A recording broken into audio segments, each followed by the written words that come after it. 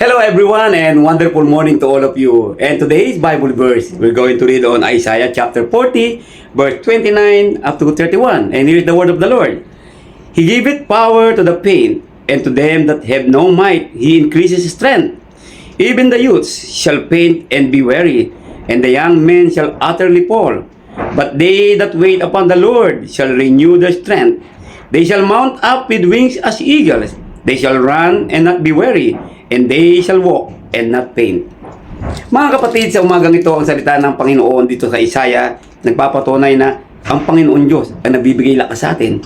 Katulad po ng agilang nakikita ninyo na lumilipad, napakalakas po ng kanyang pakpak.